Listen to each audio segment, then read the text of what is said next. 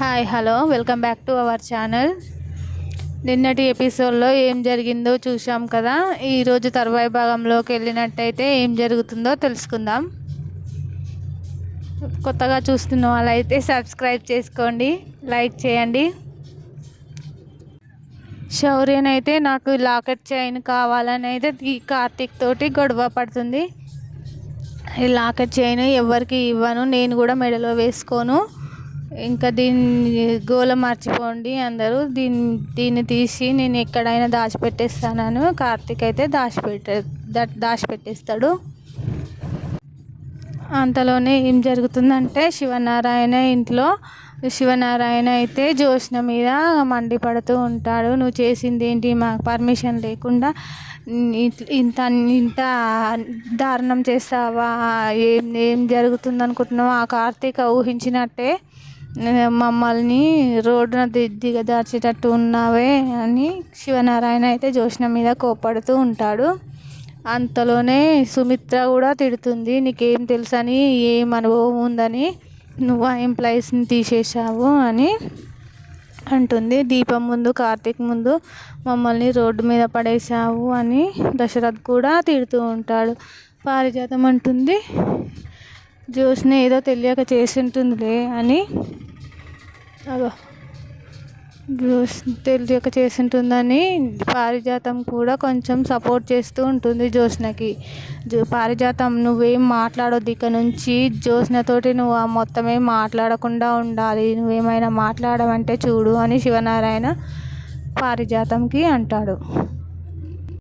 జ్యోత్స్న శివనారాయణను ప్రాధేయపడుతుంది, తాత ఒక్క ఛాన్స్, నేను చేసింది తప్పే కానీ నాకు ఒక్క ఛాన్స్ ఇవ్వు తాత అని శివనారాయణను జ్యోత్స్న అడుగుతుంది. సరే నీకు ఒక ఛాయిస్ ఇచ్చి చూస్తాను, కానీ సీఈఓగా నువ్వేం చేసినా మా పర్మిషన్ లేనిదే ఏం చెయ్యొద్దు, ఈ ఒక్కసారికి తప్పు క్షమించి ఒక్క ఛాన్స్ ఇస్తాను, ఓన్లీ ఆఫీస్లో ఏం జరుగుతుందో చూసి వచ్చి నాకు ఇంటికాడ రోజు చెప్పాలి అని శివనారాయణ అంటాడు. దీప మీద మండిపడుతూ ఉంటుంది. జ్యోత్స్ననైతే లోపల దీప నువ్వు చేసిన అన్యాయానికి నాకు ఇంట్లో వాళ్ళతోటి మనశ్శాంతి లేదు, బయట ఎంప్లాయీస్ తోటి ప్రశాంతంగా మొత్తం నన్ను ప్రశాంతంగా లేకుండా చేసావని లోపల మంట మదన పడుతూ ఉంటుంది.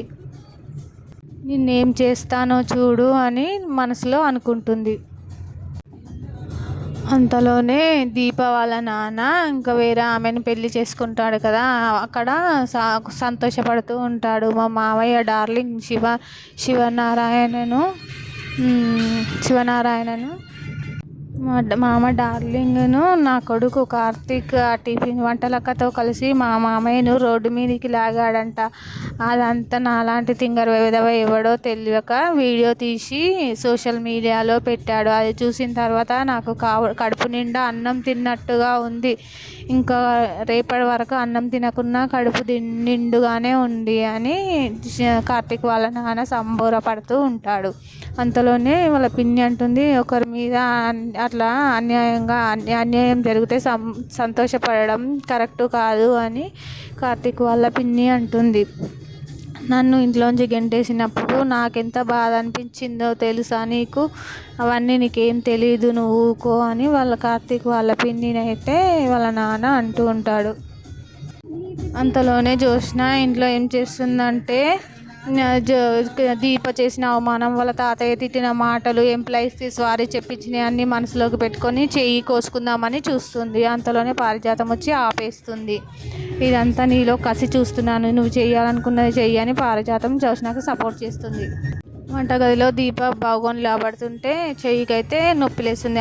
దానికి కార్తీక్ వచ్చి మందు రాస్తూ ఒక ఊహలలో తేలిపోతూ ఉంటారు.